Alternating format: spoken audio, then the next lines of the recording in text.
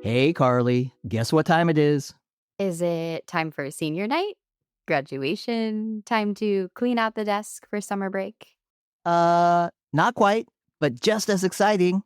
It's time to register for the annual AP Coordinator Back to School Workshop. Yes, that too. Workshops start in early July and registration is now open. Sign up for your preferred date and time. The workshop is perfect for all AP coordinators, new and experienced. It features a review of important updates, resources, and deadlines for the upcoming school year. There are opportunities to ask questions, collaborate with experienced peers, hear about challenges, best practices, and stories of success. The workshops are online over Zoom. They are free of charge and we can't wait to see you there. Register now before this school year ends.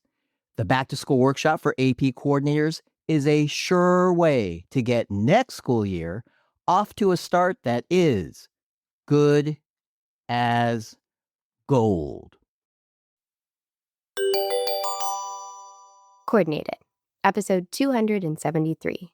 Late on exam day. I cringe just even saying that. Greetings, AP coordinators. Derek and Karli here, Senior Director, AP Coordinator Experience for the AP program and former AP Coordinator. And I'm Karli Suge, School Counselor and AP Coordinator. It's Monday, April 28th, 2025. We know everyone is busy, busy, busy. After all, AP exams are right around the corner, and we are in the place to be to hear all the latest and greatest in the world of AP coordinators. Personally, I hope the information in today's conversation falls into the category of FYI, and no one needs to actually use it. Let's go. It's game time. Time to get coordinated.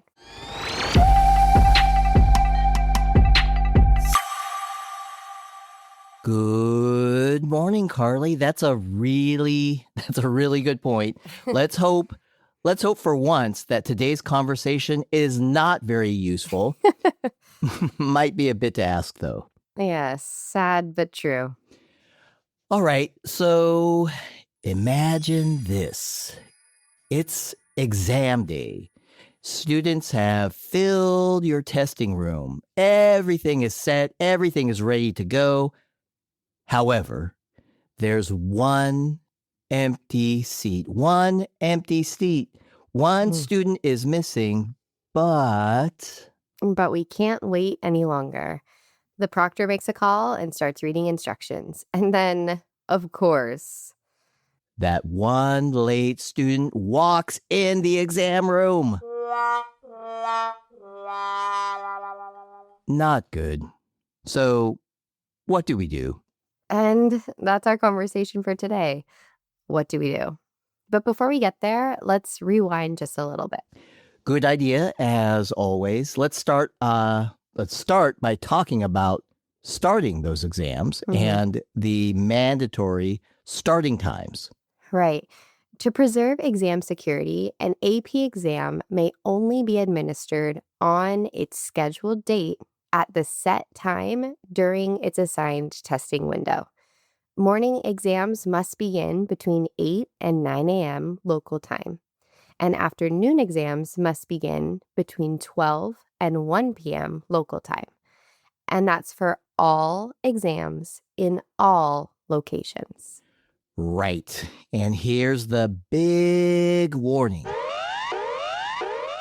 Off-schedule testing, and by that I mean testing earlier or testing later.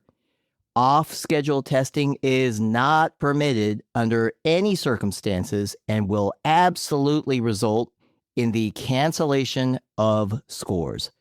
Cancellation of scores, Karli. Talk about not good. I hear you. Let's not go there. Definitely not. But what does College Board mean by quote unquote starting time? That question comes up every year. And it's a good question. For digital exams, starting the exam means the proctor provides the start code for students to enter in Blue Book. And then for paper exams, starting the exam means that the proctor has instructed students to open the shrink wrap on their exam packets. Those are the official start times. Got it. So what should we do? What should proctors and AP coordinators do if a student arrives late and enters the room after the exam has officially begun?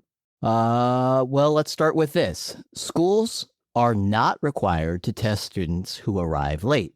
However, they may do so if the school considers the cause of the student's late arrival to be, something that's beyond the student's control.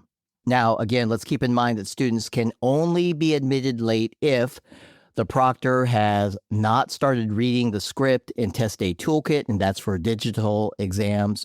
And then for paper exams, a student can only be admitted late if other students have not yet finished filling out that identification information on their answer sheets. Got it. So what happens if it's after that? What if the student arrives so late that they cannot test where they were originally scheduled to do so? Again, let's hope this doesn't happen. However, when it does, most schools choose one of a couple different options. First, you could put the student into a separate room with a separate proctor, and that's assuming it's still within the 1 hour time period to start the exam. And I think with the tricky part is it's assuming you have an extra room and an extra proctor. I absolutely know that's not easy, but I wanted to mention it because it can be done. Mm-hmm. Another option is if the reason for the late arrival is due to illness. The student is legitimately sick and not feeling well. You could reschedule the student into the late testing window for this reason.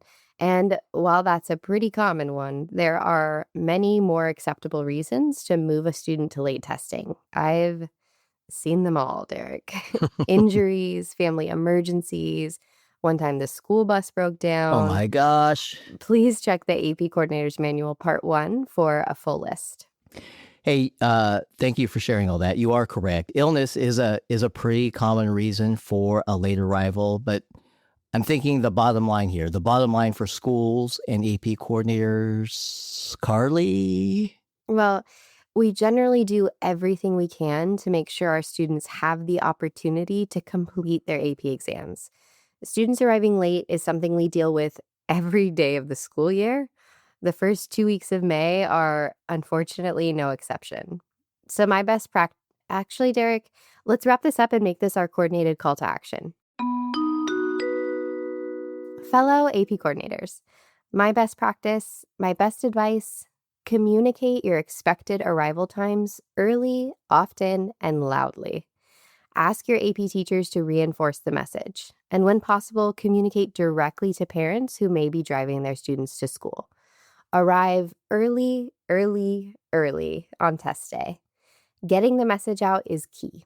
Getting students on campus and to their testing room on time is key. It's a great feeling to see no empty seats in your testing room. It makes me feel like I did a great job keeping everything, coordinated.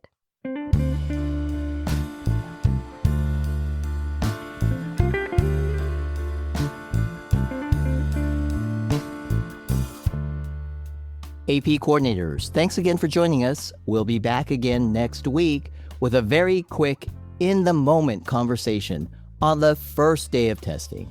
Good luck with your final preparations. We'll talk with you then.